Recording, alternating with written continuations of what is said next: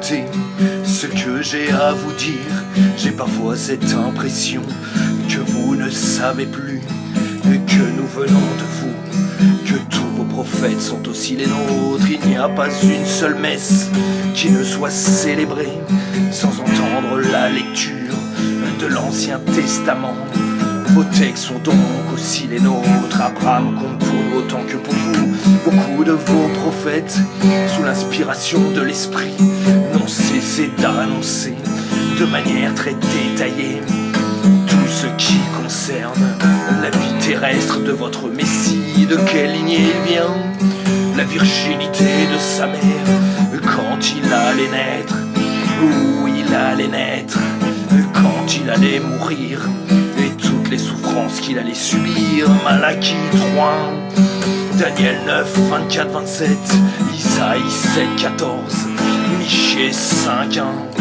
Mais que vous faut-il de plus pour reconnaître en Jésus votre Messie? C'est sûr, vous n'êtes pas responsable de ce que firent vos pères, mais je suis persuadé que tout au long de votre vie se présente tant d'occasions de réfléchir sur la nature du Christ.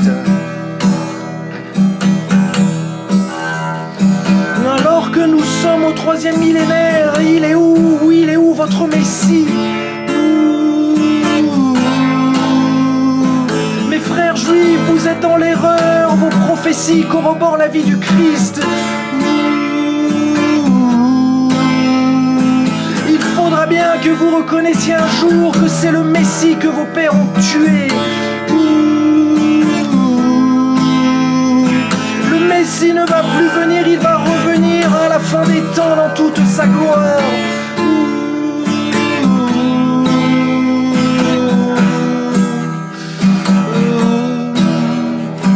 Il faut bien reconnaître que tout cela est très loin, mais mes frères, de nos jours, face à la même situation, le résultat serait le même. Le Messie serait tout autant mis à mort. Mes frères, ne pensez pas que je cherche à vous juger, car ce qu'ont fait vos pères, mettre à mort le Messie, et s'est produit, se produit et se produira, quels que soient les hommes et leur religion. Ces hommes étaient bien en place, bien au chaud dans leur palais. Ils tenaient le peuple juif d'une main de fer. Mais lorsque Jésus entra dans leur sphère, ils se mirent à craindre pour leur pouvoir. Les chefs juifs de l'époque estimaient que Jésus menaçait l'autorité qu'ils exerçaient sur le peuple, car par ses paroles et ses miracles, Jésus soulevait l'enthousiasme des foules.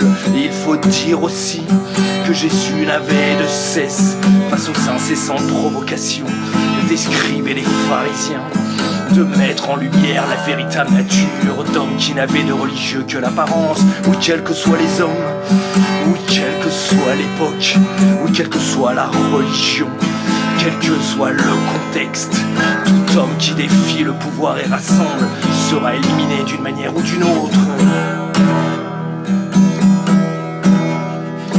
Alors que nous sommes au 3e millénaire, il est où votre Messie?